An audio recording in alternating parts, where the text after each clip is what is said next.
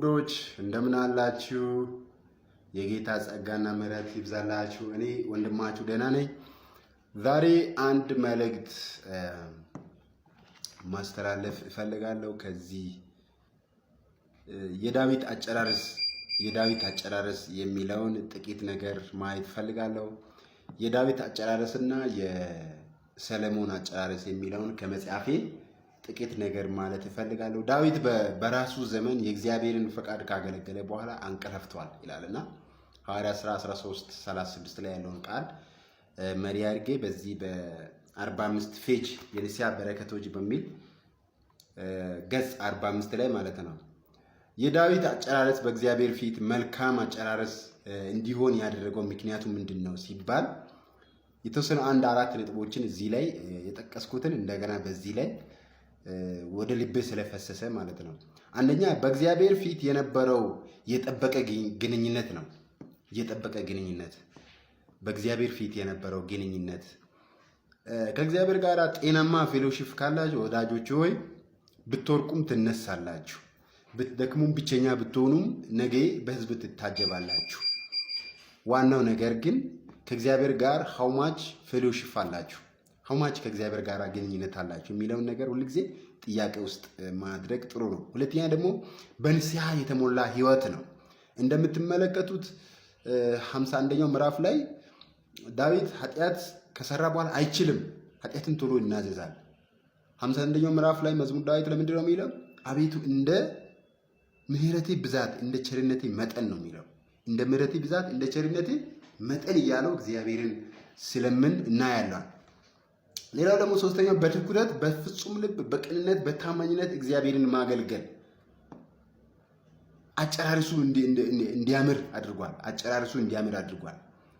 በትኩረት በፍጹም ልብ በቅንነትና በታማኝነት እግዚአብሔርን ማገልገል 45ኛው ምዕራፍ ላይ ማየት ትችላላችሁ። የኔን መጽሐፍ የገዛችሁ ሰዎች አንደኛ የዳዊት አጨራረስ ያማረ እንዲሆን ዳዊት ኃጢአት አልሰራም አይልም።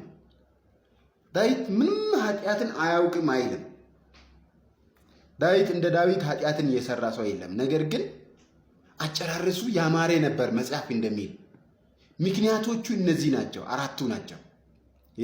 የዳዊት አጨራረስ እንዲያምር ያደረጉ እነዚህ አራት ጥሩ ለዳዊት የነበረው ፖዚቲቭ የሆኑ ከእግዚአብሔር ጋር አጨራረሱ እንዲያምር ያደረጉ አራት ፖይንቶች በዚህ መጽሐፍ መሰረት ማለት ነው ያው ፔጅ 45 ላይ ማለት ነው።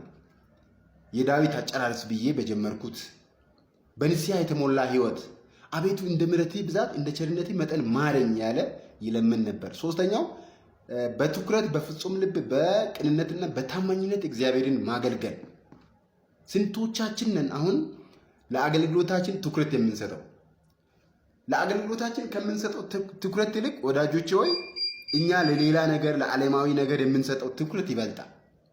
ምን ያህል በፍጹም ልብ ነው? ምን ያህል በቅንነት፣ ምን ያህል በታማኝነት ነው እግዚአብሔርን የምናገለግለው? ይሄን ኮንሸንስ ማድረግ ጥያቄ ውስጥ ማስገባት ጥሩ ነው። አራተኛውና መጨረሻው በእግዚአብሔር ምሕረትና ችሎታ ላይ ሁል ጊዜ መደገፍ። በእግዚአብሔር ምሕረትና በእግዚአብሔር ችሎታ ላይ ሁል ጊዜ መደገፍ። ይሄ ነው ዳዊት እንደሚታወቁት አቤቱ መሸሸጊያዬ፣ አምባዬ፣ አለቴ፣ ማምለጫዬ። ይሄ አብዛኛውን ጊዜ የዳዊት ቋንቋ ነው። ውበቴ፣ ኢጣ ክፍሌ፣ መበርቻዬ፣ መጠንከሪያዬ በሉት የዳዊት አማርኛ ነው እና በእግዚአብሔር ምሕረትና በእግዚአብሔር ችሎታ ሁልጊዜ መደገፍ። እነዚህ ናቸው ዳዊት አጨራረስ። ዳዊት በዘመኑ እግዚአብሔርን ካገለገለ በኋላ አንቀላፋል የሚለው ትልቁ ዋነኛው ምክንያት ይሄ ነው።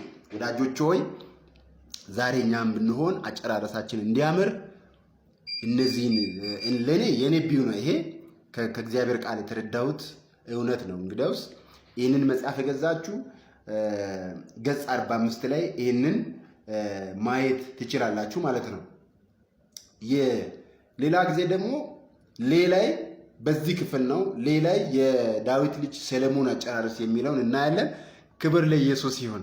ስለዚህ ይሄ ቪዲዮ የተመቻችሁ ሰዎች፣ የተማራችሁ ሰዎች ሼር፣ ኮፒ ሊንክ እንድታደርጉ በጌታ ፍቅር አሳስባችኋለሁ። ከልብ ወዳችኋለሁ። ሻሎም